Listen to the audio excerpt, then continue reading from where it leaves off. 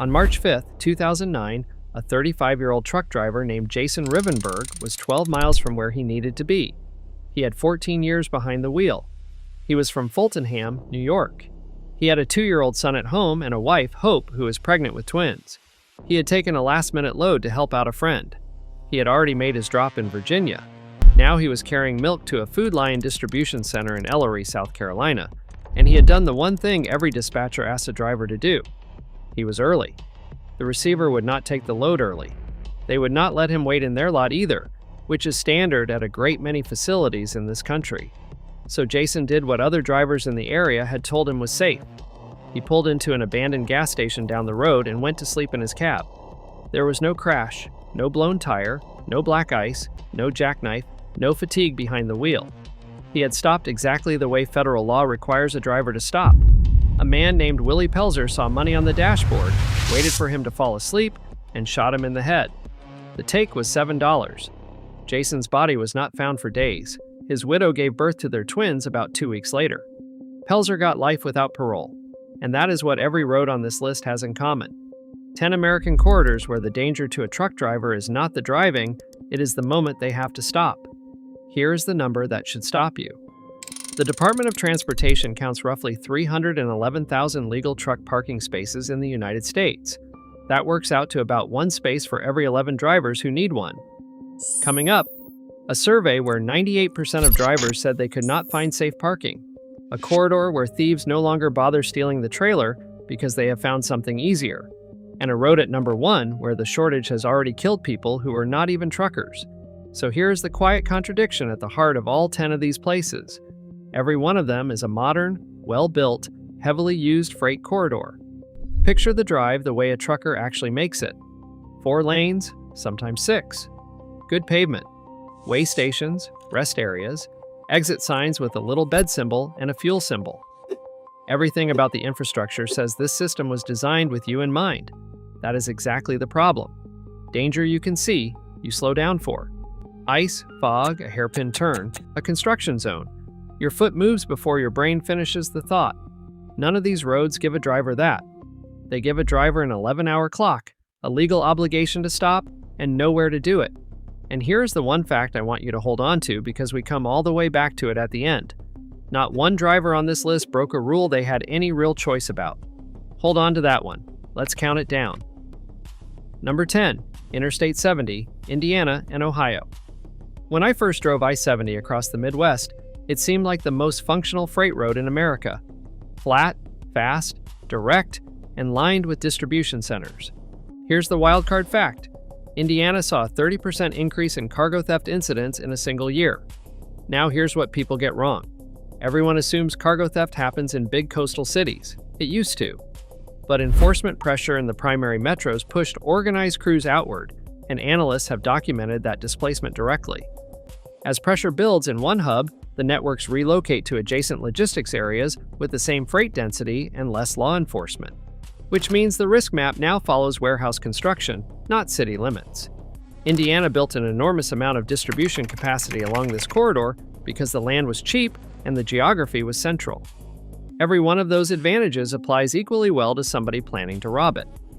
Flat road, cheap land, and a theft map that moved to follow the freight. Number 9, Interstate 81, Virginia and Pennsylvania. When I first drove Interstate 81 down the Shenandoah Valley, I was struck by how many trucks were on it and how few places there were to put them. Here's the wildcard fact. Pennsylvania recorded a 24% increase in cargo theft in a single year, and this corridor is one of the busiest truck routes in the eastern United States.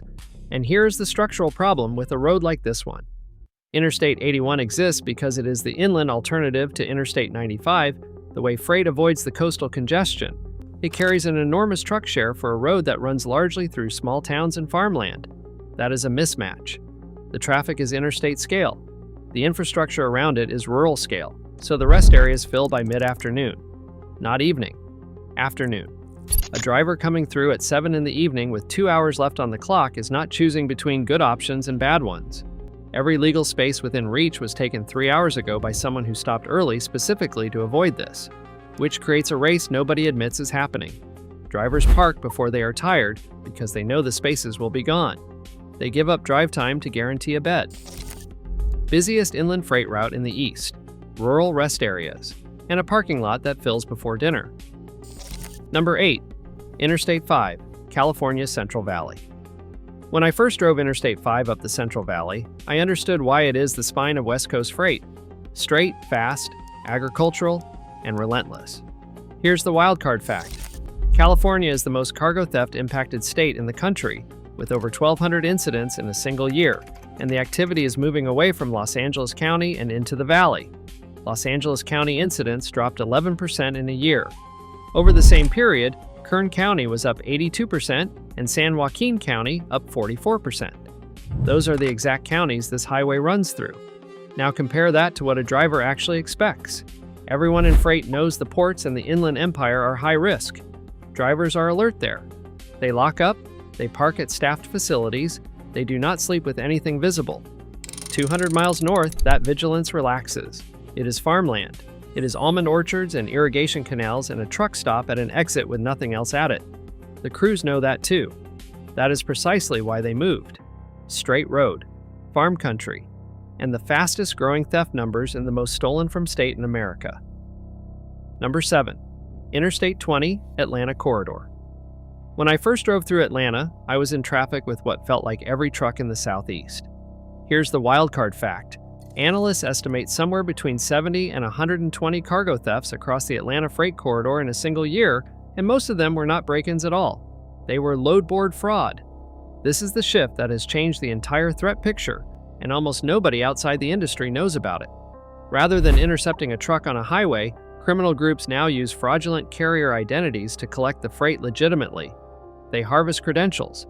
They buy existing motor carrier authorities. They show up at the dock with paperwork that checks out. Then they rebroker the load to an honest carrier, send that innocent driver to the wrong address, and take the freight from there.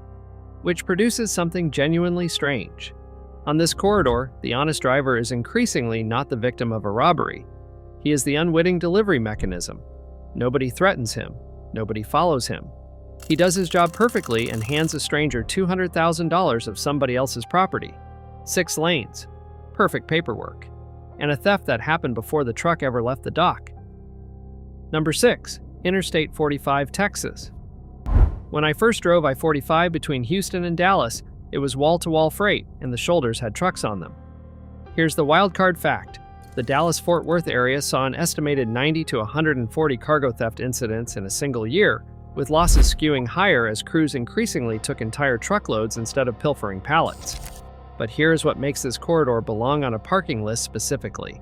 Texas has enormous freight volume and enormous distances, and the shoulders of roads like this one are where drivers end up. Federal crash data shows large trucks are involved in more than 41,000 crashes annually on highway ramps and shoulders, including hundreds of fatalities. 41,000. Now think about what a shoulder actually is. It is a lane. It is a full-width, paved, marked lane that exists so that vehicles have somewhere to go in an emergency. When a driver puts an 80,000-pound vehicle on it and goes to sleep, that emergency lane is gone for everybody behind him. He knows that.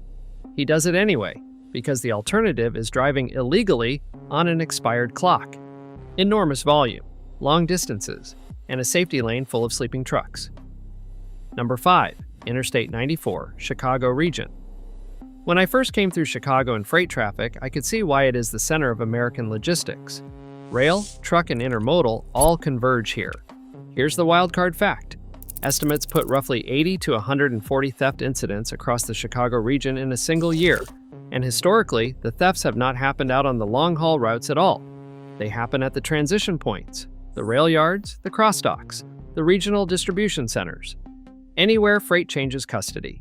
Here's why that matters more than the crime numbers. A driver on an open highway is a moving target and a difficult one. A driver waiting for a dock appointment is stationary, predictable, and frequently parked somewhere he was not invited to be because the facility will not let him in early and there is nowhere else within reach. That is the exact situation Jason Rivenburg was in. Not driving. Waiting. And the waiting is not incidental to the job. It is most of the job. Detention time at shippers and receivers is one of the largest complaints in the entire industry, and every hour of it is an hour a driver spends parked somewhere, visible, on somebody else's schedule. Rail, truck, and intermodal. 1,000 handoffs, and the danger sitting in the gap between them. Number 4. Interstate 10, Arizona, and New Mexico. When I first drove I-10 across the desert Southwest, the distances between services were the thing that stayed with me. Here's the wildcard fact. Phoenix has been identified as one of the emerging secondary markets where cargo theft is expanding, as enforcement pressure pushes organized networks out of the primary metros. And out here, the parking math gets brutal in a way it does not in the east. In the northeast, a full rest area means the next one is 15 miles up the road. On this corridor, it can mean the next one is 80 miles up the road, and by the time you get there, your clock may be gone. Federal hours of service rules do not care why you are still rolling. There is no exemption that says the parking was full. So a driver in the desert at 11 at night has 3 options, and all 3 are bad. Park somewhere unauthorized and unlit, drive over hours and take a violation on a permanent record, or run 80 more miles hoping, on a road where hope has already failed twice tonight. Long distances, few exits, and a rule with no exception written into it. Number 3.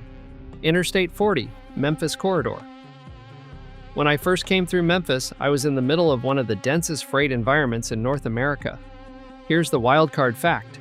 Memphis has been flagged repeatedly as a rising theft market, and it sits at the junction of a major interstate, a major river port, and one of the largest air cargo operations on Earth.